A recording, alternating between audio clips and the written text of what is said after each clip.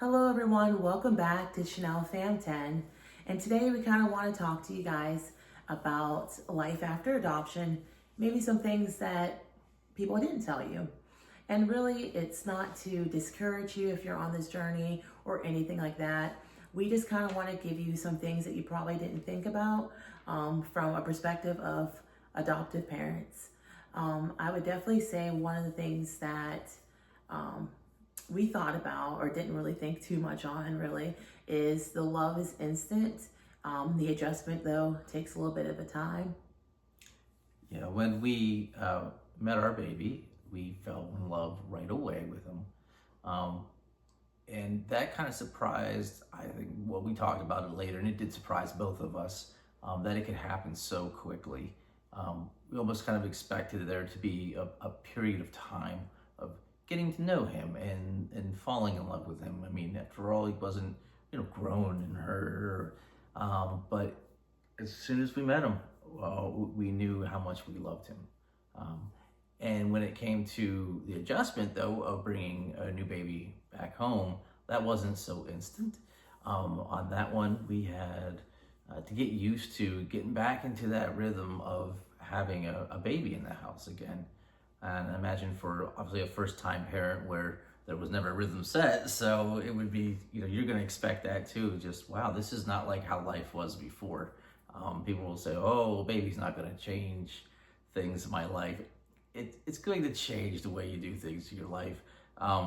You probably weren't getting up at every 2 hours to feed a baby before you had a baby. So there's going to instantly be some things that are going to change. The nighttime feedings, the diapers, just making sure that we have all this stuff in the house for a baby, and then in the vehicles too, making sure that every time we go out with the baby, we've got diapers and wipes, and if you forget them, you're going to be sorry. So You know what? I was sitting there thinking about what you were just saying, and I was kind of thinking about the adjustment period. Like when we got the call, we had nothing. it's true. Like we didn't have the diapers, we didn't have the wipes, we didn't have a crib or a mattress. We were literally not even in the state when we got the call that we've been chosen. And so we had to get everything prepared in less than 12 hours. Yes. And so that was definitely a big adjustment for us. One of the other things I think when it comes to life after adoption, some of the things I would say is dynamic shift. There is definitely a shift in how things are going to be. We have almost 21-year-old, and basically we hit the reset button, now having a newborn. And so our roles kind of changed where we were kind of hands off. Of course, we're still helping with homework and doing dinner for our kids and drive them carpool lines, but we don't have to wipe their butts anymore. We don't have to diaper them. We're not getting up multiple times at night to feed them. We're not preparing bottles. And so there was a change in our roles where we kind of had settled into, okay, we're almost middle age and our kids are kind of like, they're pretty good. We had to kind of dial it back to, okay, we have to hold a baby. We have to make sure that we have safety, safety plugs, everything's locked up. So it was definitely a dynamic change for us. Bath times. Bath times. You can't just go ahead, take your bath. Go get your shower. It was like, oh, wait, we gotta hold you. And but it's a good change, though. I would definitely say it's a good change. And also family changes. Where our youngest was 7, he's been the baby for 7 years now, is the big brother. So there was a change in our family, not just for us. Our children had changed, as well as, I would say, the grandparents. Yeah. Definitely with, this is the youngest grandchild they've had in a while. Yeah. And so it was a little bit of a change going back into those roles of, oh, we got to make sure we have diapers in the house, and that we got formula, and that we got wipes and extra outfits. It's a complete change around things, I would say. And then another thing I would say, the waiting doesn't change. It's a different kind of waiting. When you're in the thick of it, you don't know when you're going to get the call. You don't know if it's a boy or girl, if it's going to be night or day, if it's going to even be in the same state maybe. So it's a different kind of weight. There's so much going on behind the scenes once you bring your baby home or your child home. There's just so many things that are going on, from filing for the birth certificate, you are filing for a social security card. Mm-hmm. There is just waiting for finalization. Those are all things that you're still waiting. You may not be waiting to be chosen, but there's still a little bit of a wait. And I think that's where it doesn't stop, it just changes. That's where basically it doesn't stop. And I think that's where prayer deepens. You've come from a season of waiting. And I think for a lot of people, it can be exhausting. The wait can definitely be exhausting. You don't know when it's going to happen.